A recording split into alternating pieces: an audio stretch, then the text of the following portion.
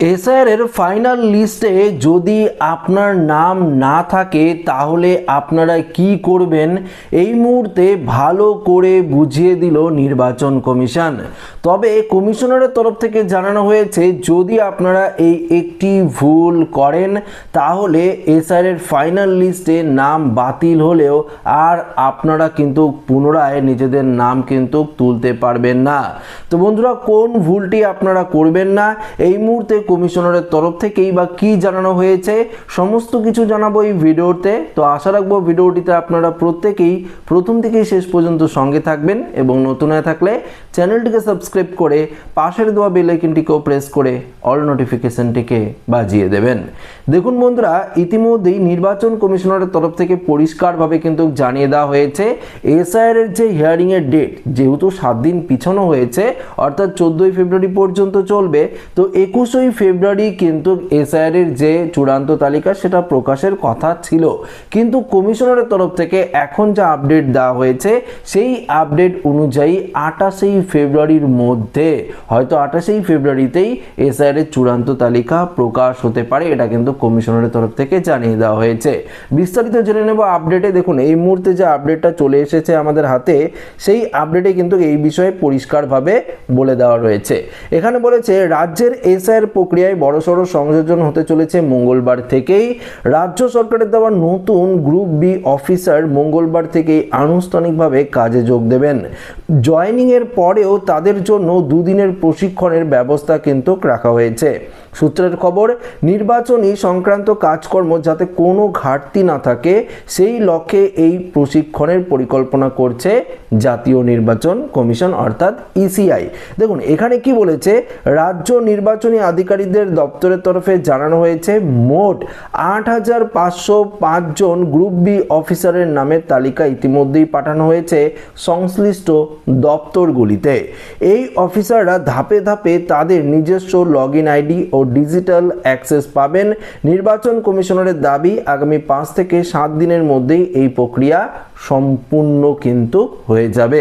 এখানে বলেছে এর পাশাপাশি ভোটার তালিকা সংক্রান্ত বিষয়েও ফের স্পষ্ট বার্তা দিয়েছে সিও দপ্তর। জানানো হয়েছে চূড়ান্ত ভোটার তালিকা প্রকাশের পরে যদি কোনো যোগ্য ভোটারের নাম তালিকায় না থাকে সেক্ষেত্রে নির্দিষ্ট সময়সীমার মধ্যে আবেদন জানাতে হবে।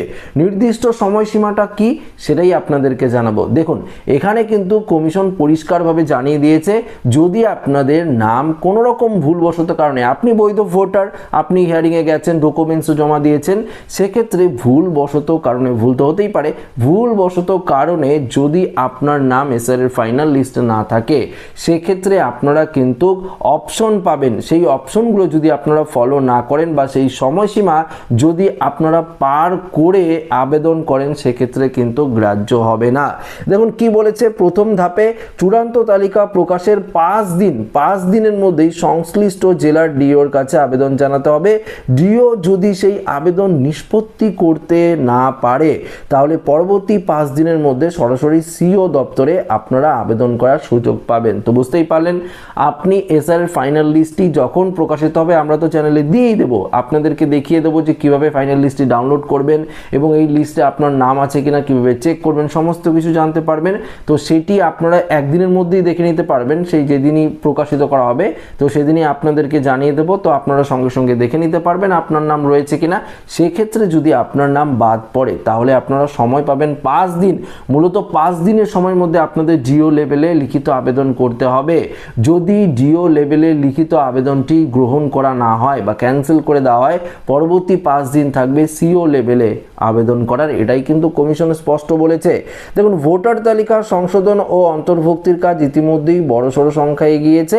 কমিশনারের দেওয়া তথ্য অনুযায়ী সোমবার পর্যন্ত মোট 1,39,00,000 আবেদন বা মামলার শুনানি সম্পূর্ণ কিন্তু হয়েছে। এর মধ্যে প্রয়োজনীয় নথি আপলোডও হয়েছে 1,06,00,000 কাছাকাছি, তবে এখনও একটি বড় অংশের ঝাড়াই বাছার প্রক্রিয়া কিন্তু চলছে। এই পরিস্থিতিতে সুপ্রিম কোর্টের নির্দেশ ভোটার তালিকা সংক্রান্ত সময়সীমা আরও 7 দিন বাড়ছে বলে নিশ্চিত হচ্ছে কমিশন। মত দেখুন 21 ফেব্রুয়ারির আগে চূড়ান্ত ভোটার তালিকা প্রকাশ সম্ভব নয়, যদিও প্রশাসনিক স্তরে চেষ্টা চলছে ফেব্রুয়ারির শেষের মধ্যেই অর্থাৎ 28 ফেব্রুয়ারির মধ্যেই চূড়ান্ত ভোটার তালিকা প্রকাশ করার কথা। প্রসঙ্গত সোমবার এই সংক্রান্ত মামলার শুনানিতে সুপ্রিম কোর্ট জানিয়েছে 14 ফেব্রুয়ারির পর ইআরওদের নথি যাচাই ও চূড়ান্ত সিদ্ধান্ত নেওয়ার জন্য আরও 1 সপ্তাহ সময় দেওয়া হবে। কমিশন প্রয়োজনে ইআরও ও এইআরওদের পরিবর্তন করতে পারবে বা যোগ্য অফিসার ব্যবহার করতে পারবে, তবে চূড়ান্ত সিদ্ধান্ত নেবেন ইআরওরাই।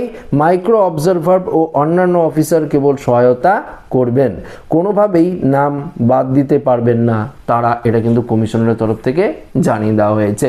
তো বন্ধুরা, এক্ষেত্রে আপনারা বুঝতে পারলেন, যদি এসআরের ফাইনাল লিস্টে আপনার নাম না ওঠে আপনারা 5 দিনের মধ্যে ডিও লেভেলে আবেদন করতে পারবেন। সেটি রিজেক্ট হয়ে গেলে পরবর্তী 5 দিন পাবেন সিও লেভেলে আবেদন করার। এটা কিন্তু অবশ্যই আপনাদের মাথায় রেখে এই কাজটা করতে হবে যদি এসআরের ফাইনাল লিস্টে আপনার নাম না ওঠে, এটা কিন্তু কমিশন পরিষ্কারভাবে জানিয়ে দিয়েছে। আর যেটা আপনাদেরকে বললাম 14 তারিখ পর্যন্ত হিয়ারিং চলবে, তারপর 7 দিন সময় দেওয়া হবে সমস্ত যে প্রসেসগুলো রয়েছে, চেকিং পর্ব রয়েছে, ঝাড়াই বাছাই, সেই পর্ব কমপ্লিট করার জন্য ইআরও এইআরওদের এবং প্রয়োজন পড়লে অন্যান্য অফিসারদের নিযুক্ত করা হতে পারে। তবে ডিসিশন নেবে, অর্থাৎ এসআরের ফাইনাল লিস্টে কারার নাম থাকবে কাদের নাম থাকবে না সেটা ডিসিশন নেবে ইআরও, সংশ্লিষ্ট ইআরও এবং এইআরও, এবং তাদেরকে হেল্প করার জন্য অন্যান্য অফিসাররা থাকবে। এটা কিন্তু কমিশনের তরফ থেকে পরিষ্কার জানিয়ে দেওয়া হয়েছে। এবং কমিশন এটা বলেছে যে ইআরও এইআরও চাইলেই যাকে তাকে বাদ দিতে পারবে না, প্রত্যেকটি বৈধ ভোটার নাম কিন্তু থাকতে হবে, তার যথাযথ ব্যবস্থাও কিন্তু তাদের করতে হবে। তো আশা রাখবো এই ভিডিওটি প্রত্যেকের ভালো লেগেছে। ভিডিওটি ভালো লাগলে লাইক করবেন, বন্ধুদের সাথে শেয়ার করবেন, নতুন হয়ে থাকলে চ্যানেলটিকে সাবস্ক্রাইব করে আমাদের সঙ্গে জুড়ে থাকবেন। ধন্যবাদ।